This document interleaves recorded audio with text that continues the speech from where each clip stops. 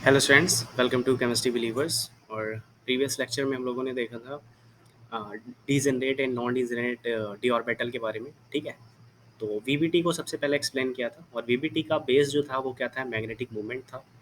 हम एक्सपेरिमेंटली क्या करते हैं, पहले किसी भी कॉम्प्लेक्स का मैग्नेटिक मूवमेंट निकाल लेते थे। ठीक है, ये सबसे पहली थ्योरी थी, ओल्डेस्ट थ्योरी है कॉम्प्लेक्स के स्ट्रक्चर को और हाइब्रिडाइजेशन को एक्सप्लेन करने की। यहाँ पे वीबीटी में क्या करते थे, सबसे पहले मैग्नेटिक मूवमेंट कैलकुलेट कर लेते थे एक्सपेरिमेंट के थ्रू। ओके, और इसके बाद ये फार्मूला लगाते थे mu equals to under root n n plus two. अब यहाँ से हम अनपेयर्ड इलेक्ट्रॉन के बारे में पता कर लेते थे। उसके बाद में फिर डिसाइड करते थे कि जो कॉम्प्लेक्स है वो इनर ऑर्बिटल कॉम्प्लेक्स है या आउटर ऑर्बिटल कॉम्प्लेक्स है। ठीक है, और उसके बिहाफ पे हाइब्रिडाइजेशन डिसाइड करते थे और उसके बेसिस पे स्ट्रक्चर ज्योमेट्री। ओके, तो ये चीज़ें थी वीबीटी के कॉन्सेप्ट में। वीबीटी का कॉन्सेप्ट ये नहीं एक्सप्लेन कर पाया था कि जो पेयरिंग हो जाती है कभी कभी वो क्यों होती, इस चीज़ को एक्सप्लेन नहीं कर पाया। उसने कहा हो जाती है, उसका कोई रीज़न नहीं दिया। ठीक, उसके रीज़न को देने के लिए सी एफ टी थ्योरी आई, क्रिस्टल फील्ड थ्योरी। और क्रिस्टल फील्ड थ्योरी ने इसके एक्सप्लेनेशन को दिया भी। ठीक है, तो उसी को हम कंटिन्यू करेंगे आज।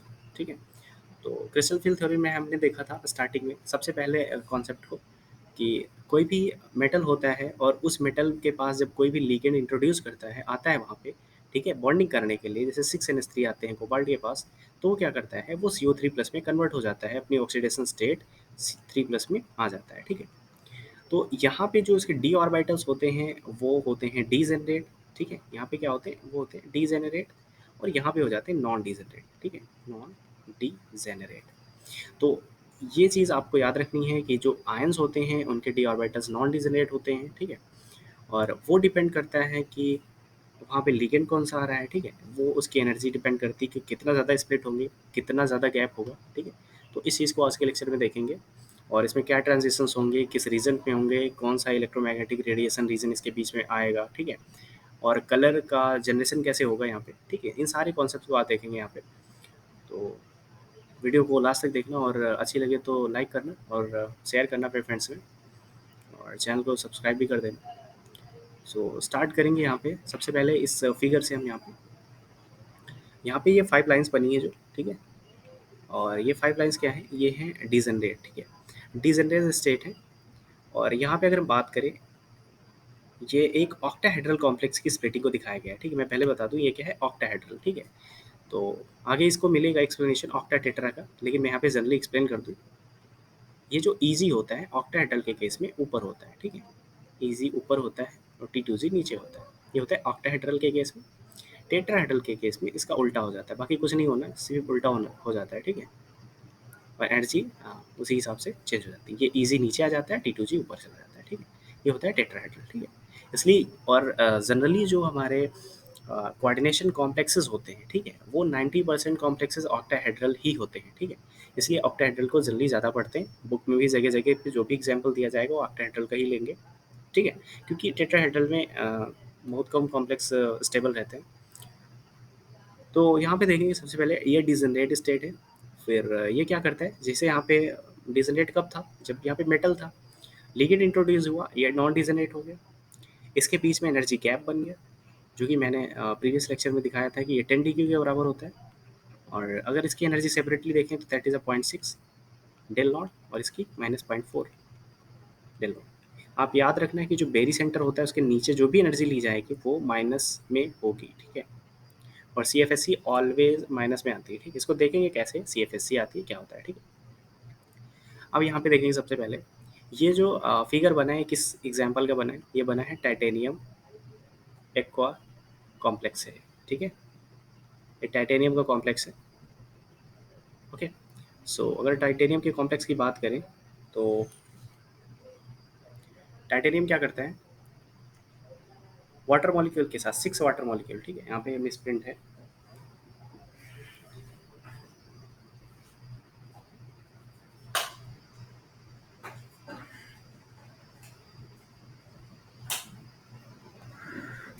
ओके, तो यहाँ पे देखेंगे कि जो टाइटेनियम होता है, ठीक है, टाइटेनियम के पास 6, यहाँ पे 6 वाटर मॉलिक्यूल है। ठीक है, और ये कौन सा कॉम्प्लेक्स है, हेक्सा कोऑर्डिनेटेड कॉम्प्लेक्स है, और ऑक्टाहेड्रल कॉम्प्लेक्स बोल सकते हैं इसको। तो यहाँ पे सबसे पहले क्या देखेंगे, जो टाइटेनियम होता है, टाइटेनियम यहाँ पे हम कोबाल्ट को नहीं लिखते हैं बार बार, ठीक है। टाइटेनियम का एग्जांपल है इसलिए टाइटेनियम से समझेंगे। यहाँ पे टाइटेनियम का जो हमारा जनरल इलेक्ट्रॉनिक कॉन्फ़िगरेशन होता है क्या होता है, स्कैंडियम के बाद टाइटेनियम आता है, दैट इज 4:3D2। ओके। तो अगर हम इसके टाइटेनियम 3+ की बात करें, क्योंकि यहाँ पे ऑक्सीडेशन स्टेट अगर निकालेंगे तो +3 आएगी, because H2O is a neutral, ठीक है, न्यूट्रल है, कोई चार्ज नहीं, तो इस पर क्या इसको जोड़ना, ठीक है, जो भी चार्ज होगा सीधे टाइटेनियम पे आएगा। तो +3 बाहर है तो टाइटेनियम पे आ जाएगा अगर न्यूट्रल लगाए तो, ठीक है। तो अगर 3 इलेक्ट्रॉन निकालेंगे तो हमको सबसे पहले बताया एस से निकलेंगे तो 0 हो जाएगा, 3D, यहाँ पे 1 बचेगा, ठीक है, 1 इलेक्ट्रॉन। अब इसी एक इलेक्ट्रॉन को इसमें फिलअप कर दिया गया है T2G ऑर्बिटल में, एक इलेक्ट्रॉन यहाँ पे फिल है, ये इलेक्ट्रॉन। फिर क्या होता है, ये इलेक्ट्रॉन को जब ये ग्राउंड स्टेट में, जब इस इलेक्ट्रॉन को एक्साइटेड स्टेट में ले जाते हैं तो क्या करता है, जंप करता है और एक्साइटेड स्टेट में इस वाले ईजी ऑर्बिटल में चला जाता है, ठीक है। अब ध्यान से समझना है आपको, तो इसने यहाँ से क्या किया, जंप किया यहाँ तक, इसको बोलते हैं ट्रांजिशन। आपने पहले भी सुन रखा होगा ट्रांजिशन, ठीक है। एक एनर्जी लेवल से दूसरे एनर्जी लेवल में जब इलेक्ट्रॉन जंप करता है तो उसको बोलते हैं ट्रांजिशन। आपने हाइड्रोजन स्पेक्ट्रम में पढ़ा होगा, ठीक है, मैंने एटॉमिक स्ट्रक्चर में एक्सप्लेन किया है ट्रांजिशंस को, बहुत ही मैथमेटिकली तरीके से एक्सप्लेन किया है, ठीक है, तो आप उस लेक्चर्स को जरूर देखना, ठीक है। एटॉमिक स्ट्रक्चर के लेक्चर्स में वहाँ पे मैंने जो क्वांटम केमिस्ट्री को एक्सप्लेन किया है वो आप अगर सीख जाते हैं तो वो एक बेसिक है जो फिजिकल इनऑर्गेनिक के लिए काफ़ी यूज़फुल है। सो ट्रांजिशन यहाँ पे जाता है और यहाँ पे इनके बीच में गैप है, एनर्जी गैप है, और एनर्जी गैप को ये कवर करता हुआ पहुँचेगा वहाँ पे, ठीक है। और इसकी एनर्जी कितनी थी, 10 DQ थी, ओके। अब यहाँ पे अगर बात करें,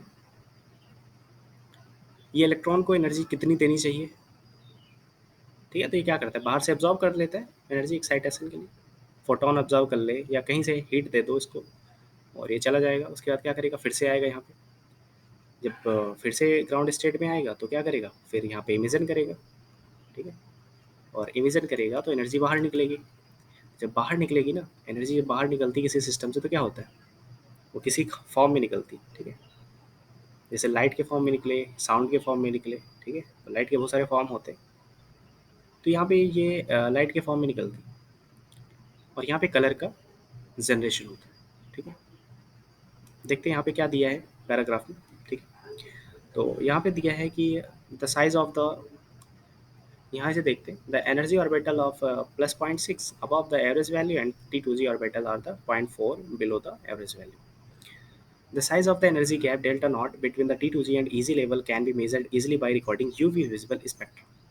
ठीक है, तो यहाँ पे आप इस चीज़ को क्या कर सकते हैं, इसको आप बिल्कुल याद रखना, ठीक है।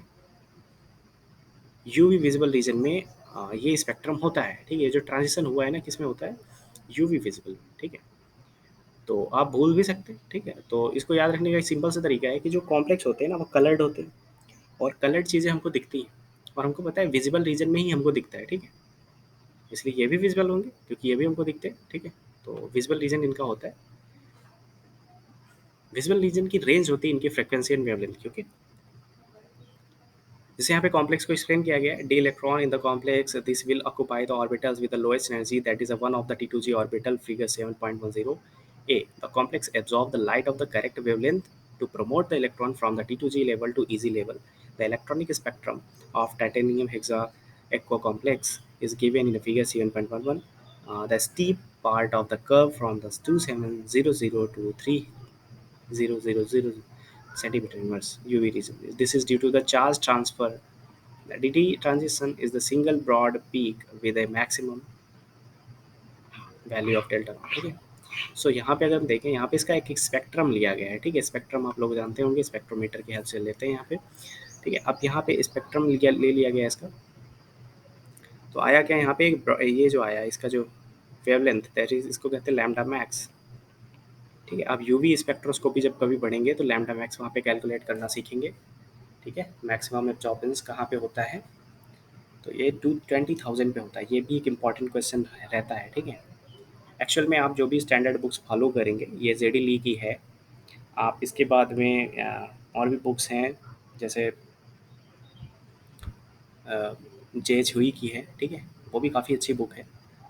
तो इन बुक्स में जो डेटा दिए जाते हैं, ठीक है, तो वो सारे कंपाउंड के नहीं दिए जाते। जैसे यहाँ पे टाइटेनियम हेक्सा एक कॉम्प्लेक्स है, तो इसी का डेटा इसमें भी है, उसमें भी है, ठीक है। तो आप यहाँ से समझ सकते हैं ना कि ये एक कंपाउंड था जिस पे स्टडी की गई, ठीक है। और क्यों किया गया? क्योंकि ये स्पेशल था, D1 था, ठीक है। D1 था, एक इलेक्ट्रॉन को भेजना था, कॉम्प्लेक्स था नहीं एक्साइटेशन कराना, तो एक्साइटेशन करवा दिया गया, इजीली एक्सप्लेनेशन हो गया, इसलिए इसको बुक में प्रिंट कर दिया गया, ठीक है।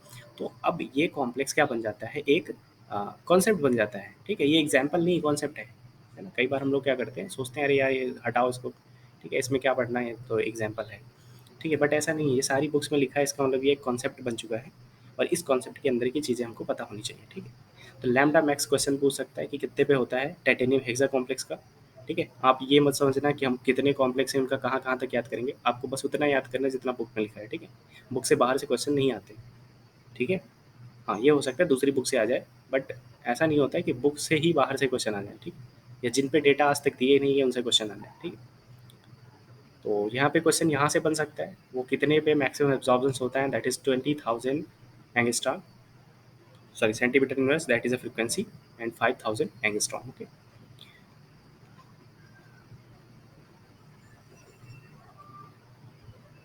ओके, सो यहाँ पे इस चीज़ को एक्सप्लेन किया गया। अच्छा, यहाँ पे जो एनर्जी ये कौन सी एनर्जी है जो एब्जॉर्प्शन में यूज की गई या इमिजन में निकली है, उसी एनर्जी को यहाँ पे दिया गया है, ठीक। ये फ्रीक्वेंसी है, और फ्रीक्वेंसी को एच से मल्टीप्लाई कर देते हैं तो हमको क्या मिल जाता है, एनर्जी मिल जाती है, ठीक है। तो ये जो भी फ्रीक्वेंसी है इसको हम प्लैंक्स कांस्टेंट से मल्टीप्लाई करके एनर्जी निकाल सकते हैं, कितना एनर्जी गैप था, ठीक है। अब हमको पता है एनर्जी अगर मिल गई, फ्रीक्वेंसी है हमारे पास, तो हम लैम्डा भी पता कर सकते हैं, और लैम्डा हमको पता चल जाए तो हम क्या बता सकते हैं, वेवलेंथ है, तो वेवलेंथ से बता सकते हैं कलर कौन सा होगा, क्योंकि फिक्स कलर होता है ना, हर एक वेवलेंथ का एक फिक्स कलर होता है। तो हम कलर का प्रेडिक्शन भी कर सकते हैं कॉम्प्लेक्सेस के लिए, ठीक है। तो अगर आगे होगा तो मैं एक्सप्लेन करूंगा। जैसे यहाँ पे दिया गया है, देखो यहाँ पे दिया गया है, that is I know the reddish violet colour, ठीक है। Reddish violet colours because yellow and green light are absorb to excite the electron, ठीक है। तो मैं इसी को बता दूं एक बार ऊपर देख लेते हैं यहाँ पे, ठीक है। यहाँ पे the above method is the almost convenient by measuring delta knot values. However, delta knot values can also be obtained from the value of the lattice energy and those calculating using the Bond-Lande equation, ठीक है। तो bond-Landé equation आपने पढ़ रखी होगी, ठीक है। Chemical bonding में आप लोग पढ़ते हैं, लैटिस एनर्जी को कैलकुलेशन के लिए हम पढ़ते हैं इसको, ठीक है। और मुझे क्लियरली अभी याद नहीं है इस टाइम, ठीक है। तो कुछ होती है Z0 अपॉन आर और करके कुछ होती है, ठीक है। तो आप यहाँ पे देख सकते हैं इसको, और ये इसमें अगर हम बात करें यहाँ पे, तो इसके भी बेसिस पे हम भी इसको कैलकुलेट कर सकते हैं, ठीक है, CFSC को। बट वो कॉम्प्लेक्स हो जाएगा ज़्यादा, ठीक है, और उसमें क्लियर वैल्यूज आनी भी पॉसिबल नहीं होती, ठीक है। तो हम बॉन्ड लेंडे इक्वेशन एक तरीका है, ठीक है। तो यहाँ पे एक क्वेश्चन आप यहाँ से भी बन सकता है आपका क्वेश्चन कि CFSC को हम CFSC कैलकुलेट करने का और कोई कौन सा मेथड है, तो वो है बॉन्ड लेंडे इक्वेशन, जिससे हम लैटिस एनर्जी कैलकुलेट करते हैं, ठीक है। अब यहाँ पे अगर बात करें, titanium 3+ ion reddish violet colour होता है, this is because yellow and green light are absorb to excite the electron, ठीक है। तो यहाँ पे मैं एक चीज़ बता दूँ, जो भी कोई भी चीज़ होती है, ठीक है, कोई भी कॉम्प्लेक्स, जैसे यहाँ पे मैं एक ये रख रहा हूँ, ठीक है, मेरे पास एक ग्रीन कलर का कुछ है, ठीक, सपोज करें ग्रीन कलर का है, और यहाँ पे मैं एक व्हील बनाता हूँ, इसको बोलते हैं आर्टिस्ट व्हील, ठीक है। और आर्टिस्ट व्हील में क्या होता है, आपने विबग्योर पढ़ा होगा, ठीक है, लेकिन मैंने यहाँ पे वायलेट के बाद इंडिगो नहीं लिखा है, ठीक है। तो इंडिगो वायलेट के साथ मिक्स होता है, याद रखना, इंडिगो को हम मेंशन नहीं करते हैं, ठीक है। इंडिगो कलर आपको कहीं नहीं मिलने वाला, आप ध्यान से समझना। कोई भी चीज़ जो कलर एब्जॉर्ब करती है, ठीक है, यहाँ पे एब्जॉर्ब करता है जो भी कलर, कोई भी कॉम्प्लेक्स जो कलर एब्जॉर्ब करेगा, ठीक है, ठीक है, जो भी कलर यहाँ पे क्या करेगा, एब्जॉर्ब करेगा, इस व्हील में उसके अपोजिट का कलर क्या करेगा, इमिट करेगा, और जो इमिट करेगा वही हमको दिखेगा, ठीक है।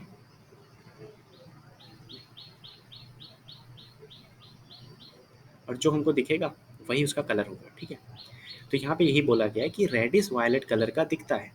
अब रेडिश वायलेट कलर, रेडिश है वायलेट है, तो वायलेट कलर हम इसको ये ले लेते हैं, ठीक है भाई। रेडिश वायलेट का मतलब क्या होता है, ये हो गया। तो इसके अपोजिट कलर अब्जॉर्ब किया होगा इसने, येलो कलर अब्जॉर्ब किया होगा, ठीक है। तो यहाँ पे यही लिखा है कि because yellow and green light are absorb, ठीक है। येलो ग्रीन करता है, इसीलिए रेड एंड वायलेट दिखता है। रेड इज वायलेट का मतलब रेड एंड वायलेट के बीच में, ठीक है। तो आपको इस आर्टिस्ट व्हील को भी याद रखना है,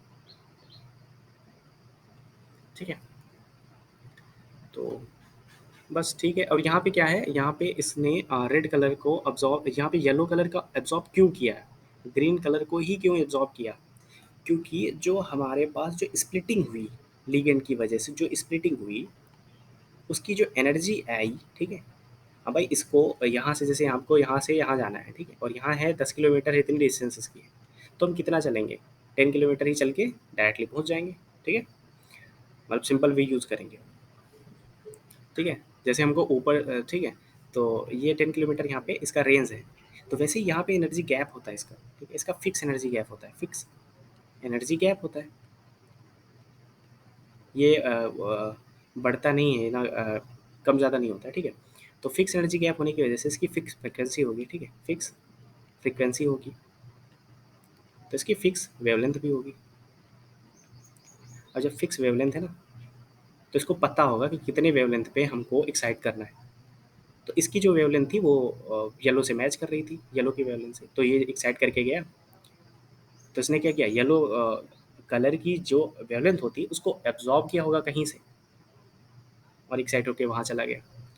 अब जब इमिट करता है ना, तो उसने वायलेट कलर की एनर्जी को या फ्रीक्वेंसी को इमिट किया, वेवलेंथ को इमिट किया, ठीक है। तो वो उस कलर का दिखता है, ठीक है। तो एब्जॉर्बेंस में अलग, एब्जॉर्ब करता है कलर तो दिखता नहीं है, ठीक है, क्योंकि जो चीज़ एब्जॉर्ब हो रही है वो कहाँ दिखेगी, जो चीज़ इमिट हो रही है वही दिखती है, ठीक है। तो ये कलर का कॉन्सेप्ट है, ठीक।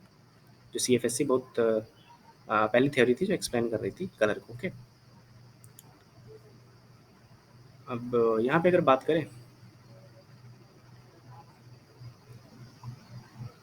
ये कुछ कलर है, ठीक है, ये कुछ कलर है, उनकी कुछ रेंज है। येलो ग्रीन रेड वायलेट करता है, ये सारी रेंज दी हैं, ठीक है। आप देख लेना, इस कलर व्हील से मिला लेना, सब उसके अपोजिट में ही होंगे, ठीक है। थोड़ा बहुत इधर उधर कलर होते ही हैं, क्योंकि कलर के नाम तो केमिस्ट्री में अलग अलग होते हैं, ठीक है। कलर भी, एक कलर में भी कई नाम होते हैं।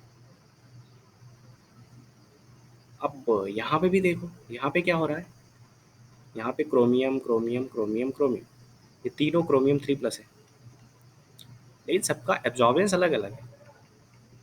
तो इससे क्या समझ में आता है कि मेटल या मेटल आयन पे कलर डिपेंड नहीं कर रहा है, ये डिपेंड कर रहा है किसी तीसरे फैक्टर पे। ये कर रहा है किस फैक्टर पे, लीगेंड पे कर रहा है,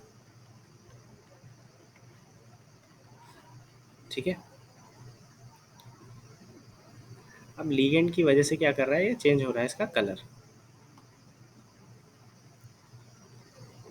अब देखेंगे कौन सा लीगेंड है, क्या है इसका रीज़न, ठीक है। तो यहाँ पे भाई देख रहे हो ना कि अलग अलग एब्जॉर्बेंस की फ्रिक्वेंसी दिख रही है, यहाँ पे अलग अलग फ्रिक्वेंसी दिख रही है, अलग अलग एनर्जी गैप दिख रहा है बीच में, ठीक है, that is kilo joule energy. And तो यहाँ पे क्या है, यहाँ पे मेटल पे इसका इफेक्ट नहीं आ रहा है, इसका लीगेंड की वजह से कुछ ना कुछ कनेक्शन होगा, ठीक है। सो क्या इसका कनेक्शन होगा लीगेंड से, और लीगेंड किस तरह से अफेक्ट करता है इसको, उसको हम नेक्स्ट लेक्चर में देखेंगे। और आज के लेक्चर में मैंने जितना भी एक्सप्लेन किया है, अगर आपको ठीक लगा हो तो लाइक करना वीडियो को, और कमेंट कर देना जो भी आपका डाउट हो, क्वेश्चन हो, ठीक है, ठीक है। आप कमेंट कर सकते हैं टेलीग्राम चैनल पे, हमको कमेंट मोड कर सकते हैं, ठीक है। या हमारे इंस्टाग्राम पे भी हमको आप कमेंट कर सकते हैं, ठीक है। क्वेश्चन कर सकते हैं क्या प्रॉब्लम है आपकी। इसके आगे हम एक्सप्लेन करेंगे नेक्स्ट लेक्चर में nature of the ligand, charge of the metal ion and spectrochemical series के बारे में, इसको एक्सप्लेन करेंगे कैसे वर्क करती है, ठीक है। और इनमें जो थोड़े बहुत कॉन्सेप्ट लिखे हैं इस बड़े से पैराग्राफ में, इनको भी एक्सप्लेन करेंगे। और कल हम पढ़ेंगे, यहाँ तक पढ़ेंगे, ठीक है। लेक्चर ज़्यादा लंबे नहीं करते, क्योंकि उसमें फिर क्या होता है, आपको भी पढ़ने में बोरियत होती है, हमको भी एक्सप्लेन करने में फिर कॉन्सेप्ट कटने लगते हैं, ठीक है। अब यहाँ पे अगर हम देखें तो यहाँ पे मैंने कुछ चीज़ों को एक्सप्लेन नहीं किया है, ठीक है।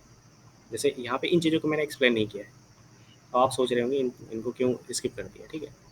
इसको मैंने एक्सप्लेन नहीं किया, इसको नेक्स्ट लेक्चर में एक्सप्लेन करेंगे, ठीक है। क्योंकि एक्चुअल में ये होता है रीज़न कि जब हम किसी एक नए कॉन्सेप्ट को, जैसे यहाँ पे कलर का कॉन्सेप्ट था, ये मेजर कॉन्सेप्ट है, 99% यूजफुल कॉन्सेप्ट है, ठीक है। तो मैंने इस लेक्चर में जनरली इसको एक्सप्लेन किया है, क्योंकि आपके लिए ये भी नया है और ये भी नया है, ठीक है। तो आप इसको अगर समझ लेंगे पहले तो ज़्यादा बेहतर होगा। ये छोटी सी चीज़ें हैं, इनको एक्सप्लेन कर देंगे नेक्स्ट लेक्चर में, आप वहाँ से सीख लेंगे, ठीक है। सो इनको एक्सप्लेन कर देंगे, कुछ छोड़ेंगे नहीं, और आपको जो भी डाउट्स होंगे आप ज़रूर कमेंट करना, ओके। सो आई होप आपको समझ आया होगा आज का लेक्चर। Thank you.